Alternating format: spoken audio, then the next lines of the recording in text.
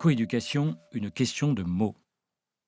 Le premier chiffre marquant quand on pose la question aux parents, pour vous, à quoi correspond la notion de coéducation, c'est que 64% d'entre eux ne donnent pas spontanément de réponse. Donc, deux tiers des parents disent coéducation, moi, je ne vois pas. Après relance, les réponses très diversifiées portent en premier lieu sur ensemble, éducation, aider. On voit donc que c'est assez large, qu'il y a l'idée de faire ensemble, d'être associé, d'être soutenu, soi-même ou son enfant, face à l'enjeu de la scolarité. Quand on creuse cette notion de coéducation avec les parents, on voit qu'ils mettent en avant l'enjeu de l'instruction scolaire. L'instruction scolaire qui prime devant l'éducation des enfants ou l'implication des parents dans les devoirs.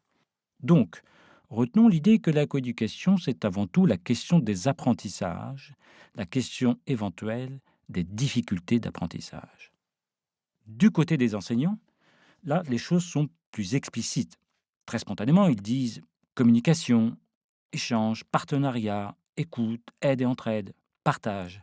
Sur près de 6 000 mots, 527 mots différents sont donnés par les 2 000 enseignants interrogés pour nous dire ce qu'ils mettent derrière cette notion de coéducation. On voit donc le spectre extrêmement large de signification, ce halo sémantique qui entoure la notion de coéducation, qui pose finalement la question suivante. De quoi parle-t-on lorsqu'on parle de coéducation?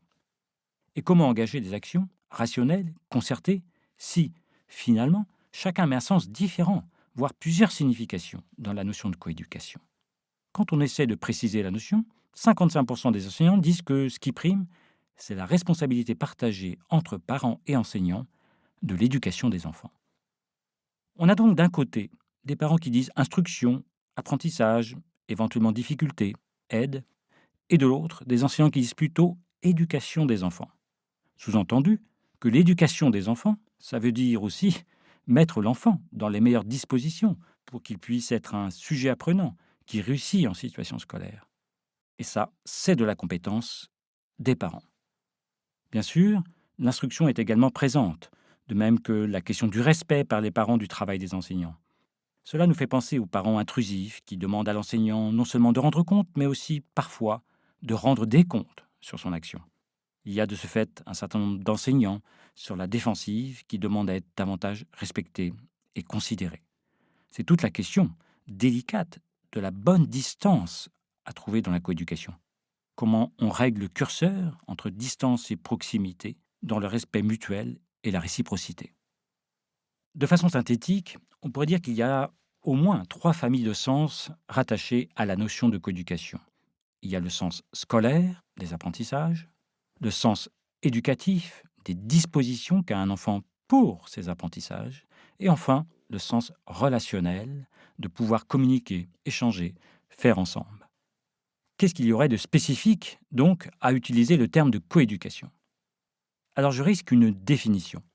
On pourrait dire que la coéducation, c'est l'action réciproque, concertée dans l'éducation et les apprentissages au bénéfice de l'enfant. De mon point de vue, deux choses sont très importantes. La réciprocité concertée, c'est-à-dire faire ensemble, avec l'idée que l'action de l'un renforce l'action de l'autre, et qu'il y a une concertation préalable à cette réciprocité d'action. Et deuxième enjeu capital, la réciprocité partagée, mais dans l'intérêt de l'enfant. Les relations parents-école doivent fondamentalement servir les apprentissages et l'intérêt scolaire de l'enfant. Donc, se demander en quoi la coéducation est-elle utile au renforcement des chances de ceux qui en ont le moins? En quoi est-elle utile à surmonter les difficultés et les épreuves scolaires? En quoi peut-elle aider à ce que dans une classe, un ensemble d'élèves profite d'un climat scolaire plus favorable aux apprentissages, à la mobilisation dans les activités, à la coopération? On voit donc que cette notion n'est pas un concept, ce n'est pas clairement une catégorie d'actions, puisqu'on peut y rattacher une multiplicité d'actions. C'est une catégorie du discours, définie par l'usage que chacun va en faire, et ce qu'il va investir dans cette notion.